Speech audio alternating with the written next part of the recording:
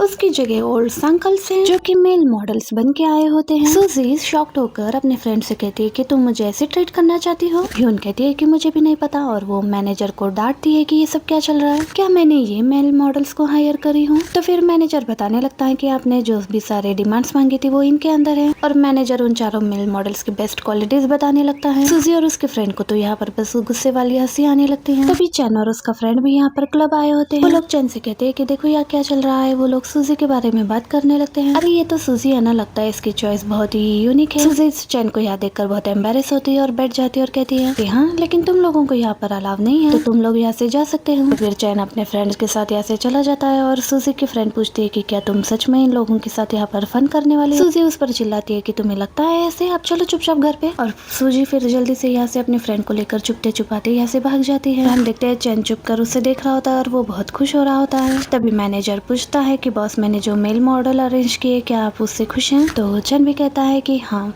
फिर next day company में हम देखते हैं कि मिस शू चैन और वेवे को दोनों को ही कंपनी घुमा रही होती है। इतने में मिस शू चैन का कोट पकड़ने जाती है तो वेवे जल्दी से ले लेती है और कहने लगती है कि चैन को ये बिल्कुल पसंद नहीं है कि उसकी चीजों को कोई और हाथ लगाए। फिर थोड़ा आगे आने के बाद चैन जैसे ही देखता है कि सूजी के डेस्क के पास यहाँ पर एक मनी ट्री रखी हुई है तो पूछने लगता है कि ये यहाँ पर क्यों है। तो सूजी की फ्रेंड बताने लगती है कि मिस्टर चैन ये ट्री आपके लिए, क्योंकि आपको ये जगह ऐसा ना लगे कि बिल्कुल भी खाली खाली है। तो चैन कहता है कि अच्छा ये मिस सूजी की तरफ से गिफ्ट है तो मैं इसे बाहर कैसे छोड़ सकता हूँ। तो वो उसे अपने ऑफिस में रखने के लिए कह देता है। तो सूजी को तो गुस्सा आने लगता है, उसने वो ट्री वहाँ पर इसलिए रखी थी ताकि चैन उसे देख ना पाए। और अब इसके बाद फिर सूजी अपना दूसरा आइडिया लगाती है और फिर उस विंडो वाली जगह पर अपना एक कैबिनेट रखवा देती है और सोचती है कि अब वो इसे कैसे चेंज करवाएगा।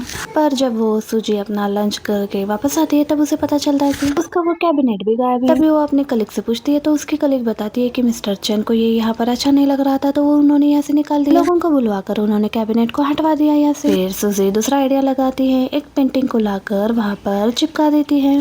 अब तो ये डेकोरेशन के लिए, तो देखती हूँ अब इसे कौन हटाएगा। चैन ये सब कुछ अंदर से देख रहा होता है। तभी वो कॉल करके ऑर्डर देता है कि सूजी को उसके ऑफिस में बुलाया जाए। फिर ऑफिस की छुट्टी होने के बाद मिस शू यहाँ पर सूजी को बताती है कि अभी वो इतनी जल्दी नहीं जा सकती क्योंकि उसे उनके साथ मिलकर चैन के ऑफिस में चलना है ताकि वो बिजनेस डेटा का पूरा चैन को अच्छे से एक्सप्लेन करके बता सके। फिर जैसे ये दोनों चैन के ऑफिस में आ जाते हैं मिस शू सूजी को बताने लगती है कि देखो तुम्हें जो कार्टून वाला सॉफ्टवेयर पसंद है वो यहाँ पर भी है। तो सूजी कहने लगती है कि अब मुझे वो नहीं पसंद। तो चैन उसे पूछने लगता है कि तुम्हें ये कब से पसंद नहीं है। तो सूजी यहाँ पर चैन के टॉपिक को चेंज करते हुए कहती है कि प्रपोजल बहुत बड़ा है तो क्या अब मैं प्रेजेंटेशन स्टार्ट करूँ, नहीं तो काफी देर हो जाएगी। तभी इतने में चैन मिस शू को पानी लाने के लिए ऑफिस से बाहर भेज देता है और वो सूजी के पास आकर उसे वो कार्टून सॉफ्टवेयर के बारे में पूछने लगता है कि उसने कब से पसंद करना बंद कर दिया। सूजी कहती है 4 साल पहले से। चैन उससे रीजन पूछने लगता है तो सूजी कहती है कि किसी भी चीज को ना पसंद करने के लिए कोई भी रीजन की जरूरत नहीं और किसी को कोई एक दिन पसंद हो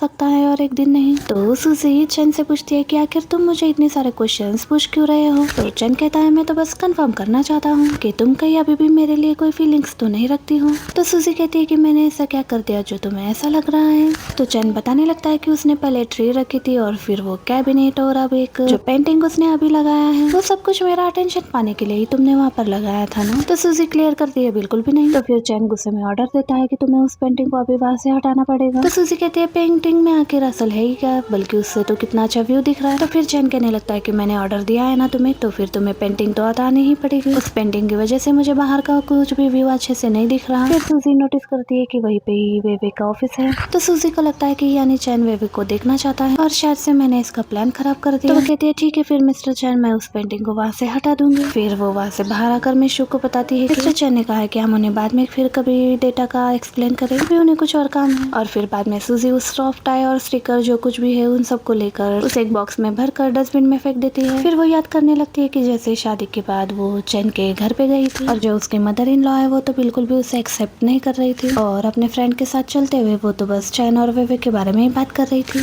कि वो दोनों कितने परफेक्ट मैच है। और क्योंकि वेवे को सॉफ्ट टॉयज पसंद है इसलिए उसने पूरे रूम में अपने सॉफ्ट टॉयज ही भर के रख दिया। तो उस दिन सूजी को पता लगा है कि असल में वेवे तो इस फैमिली की अडॉप्टेड डॉटर है, चैन की फैमिली की अडॉप्टेड बेटी है। चैन के साथ उसकी मॉम वेवे की शादी करवाना चाहती थी। सूजी उन दोनों की लाइफ में बीच में आ गई। ये सब याद करके गुस्से में आकर सूजी जाकर उस पेंटिंग को निकालने लगती है और चैन अंदर से ये सब कुछ देख रहा होता है। पेंटिंग निकालने के बाद सूजी अपनी बेटी से कॉल पर बात करने लगती है और फिर उसके ऑफिस का टाइम होने के बाद जल्दी से यहाँ से ऑफिस से चली जाती है। और फिर सूजी के चले जाने के बाद चैन फिर उन सारे सॉफ्ट टॉयज को डस्टबिन से उठा लेता है और फिर जब घर जाने के लिए वो कार में बैठता है तो उसका असिस्टेंट पूछता है कि मिस्टर चैन ये क्या यंग लेडी के लिए गिफ्ट है। तो चैन कहता है कि हाँ ये उसकी मॉम ने उसके लिए प्रिपेयर किया हुआ है। फिर चैन अपने असिस्टेंट को होल्ड हाउस चलने के लिए कहता है और घर आने के बाद वो यहाँ अपने बेटी को सोते हुए देखता है। उसे अच्छे से ब्लैंकेट से कवर करता है। तभी इतने में उसकी बेटी नियान जाग जाती है और कहने लगती है कि डैड मैं मॉम को बहुत ज्यादा मिस कर रही हूँ, आखिर वो कभी मुझे मिलने आएगी। तो फिर चैन जल्दी से वही सॉफ्ट टॉयज निकाल कर उसे दे रहा होता है और फिर कहता है ये लो मॉम की तरफ से तुम्हारे लिए गिफ्ट है। तो मॉम फिलहाल अब बहुत ज्यादा बिजी है ना, जब वो फ्री हो जाएगी तो वो तुमसे मिलने आएगी। ये सुनकर नियान खुश होती है कि मॉम मेरे बर्थडे पर आएंगी। फिर वो उसी सॉफ्ट टॉय को हक करके सो जाती है। फिर नियान के सोने के बाद चैन ये देखकर सोचने लगता है कि सूजी हमारी बेटी अब 4 साल की हो गई है। नेक्स्ट मॉर्निंग सूजी जैसे अपने ऑफिस आती है वो अपने वर्क प्लेस पर बैंडेज देखकर अपने कलीग से पूछती है कि ये किसने रखा है यहाँ पर। तो उसके कलीग बताने लगती है कि असल में ये सभी एम्प्लॉयज को मिला हुआ है। फिर ये सुनकर सूजी उस बैंडेज को अपनी उंगली की चोट पर लगा लेती है। इतने में हम देखते हैं कि वे यहाँ पर तभी आती है और वो सूजी को डिनर पार्टी के लिए इनवाइट करने लगती है। बात करती है उसे थैंक यू करने की। तो सूजी कहती है कि अच्छा थैंक यू। वो मन में सोच रही होती है कि इससे तो बड़ी खुशी मिल रही होगी कि इन दोनों चाइल्डहुड स्वीटहार्ट्स को मेरे आने से कोई फर्क ही नहीं पड़ा होगा और दोनों वापस एक होके ही रहे। फिर वो मान जाती है कि ठीक है नो प्रॉब्लम मैं चलूंगी डिनर के लिए। ये सुनकर वे मन में सोचने लगती है कि इतने सालों में चैन भी बदल चुका है और ये भी बदल चुकी है। फिर वे गुस्से में वहाँ से चली जाती है और सूजी की कलीग्स उसे पूछने लगती है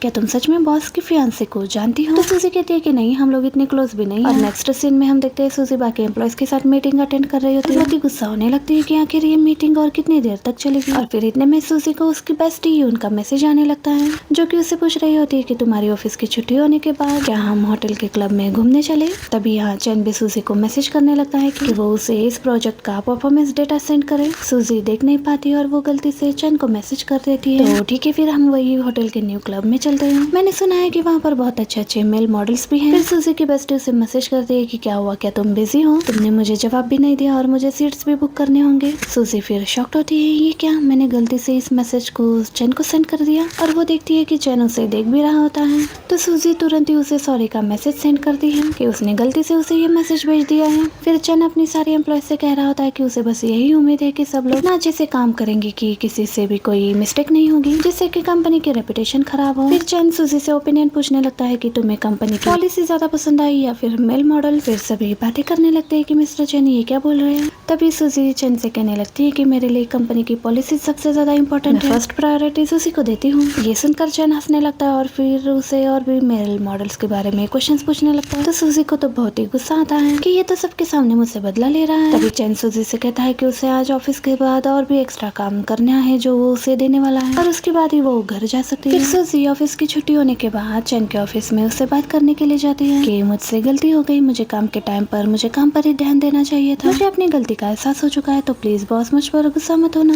और आपने मुझे जो इंस्टॉलमेंट में पूरे पनिशमेंट की फीस भरने के लिए कहा है प्लीज आप उसे कैंसिल कर दो। तो फिर चैन उसे मेल मॉडल्स के बारे में पूछने लगता है कि आखिर वो उन्हें कैसे चूज करते हैं। तो सूजी को गुस्सा आता है और वो सोचती है कि ये जरूर विवेका मुझसे बदला ले रहा है। तो वो गुस्से में जाने लगती है तो चैन उसे रोकता है और कहता है कि ठीक है मैं कम से कम तुम्हारी पनिशमेंट को एक सिंगल इंस्टॉलमेंट में कन्वर्ट कर सकता हूँ, लेकिन उसके लिए तुम्हें मेरी 3 कंडीशंस माननी पड़ेगी। तो सूजी पूछती है कि तो फिर आप मुझे अपनी कंडीशंस बताओ। तो चैन कहता है इस संडे को तुम मुझे एक केक बना कर दो। तो ये सुनकर सूजी कहने लगती है कि तुम्हें तो केक बिल्कुल भी पसंद नहीं है ना और तुम तो उसे डॉग को खिलाना चाहते थे। चैन याद करता है कि जब सूजी ने उसके बर्थडे पर केक बनाए थे तब उसने यही कहा था। तो चैन उस बारे में उसे सॉरी कहता है कि उस दिन वो बहुत ज्यादा अपसेट था और उस दिन उसने जो बोला है उसके लिए वो अभी तक रिग्रेट है और उसे अपनी गलती का एहसास है। तो वो कहता है कि मुझे तुम्हें पहले ही सॉरी बोल देना चाहिए था। फिर सूजी उसे फ्लेवर और टाइम वगैरह पूछ रही होती है कि उसे कब देना। चैन ये भी कहता है कि उसे खुद डिलीवर करने आना पड़ेगा। तो सूजी कहती है कि नहीं संडे को मैं फ्री नहीं रहने वाली हूँ, रात में मैं अपनी फ्रेंड के साथ उसके होटल जाकर उसका बर्थडे सेलिब्रेट करने वाली हूँ। तो ये कोई झूठ नहीं है। तो चैन मान जाता है कि ठीक है अच्छा तो फिर तुम मुझे आफ्टरनून में डिलीवर कर देना। तो सूजी मान जाती है और उसे अपने बाकी के 2 कंडीशन भी बताने के लिए कहती है। तो चैन कहता है कि ठीक है तुम्हें नेक्स्ट वीक मेरे साथ बिजनेस ट्रिप पर चलना होगा, जो कि सूजी एग्री करती है। चैन उसे अपने क्लोज करके लास्ट कंडीशन भी बताता है अगर वो दोबारा मेल मॉडल्स ढूंढने गई तो अच्छा नहीं होगा। तो सूजी तीसरी कंडीशन को भी एक्सेप्ट करते हुए यहाँ से चली जाती है और फिर सूजी घर आने के बाद ही उनको ये सब कुछ बताती है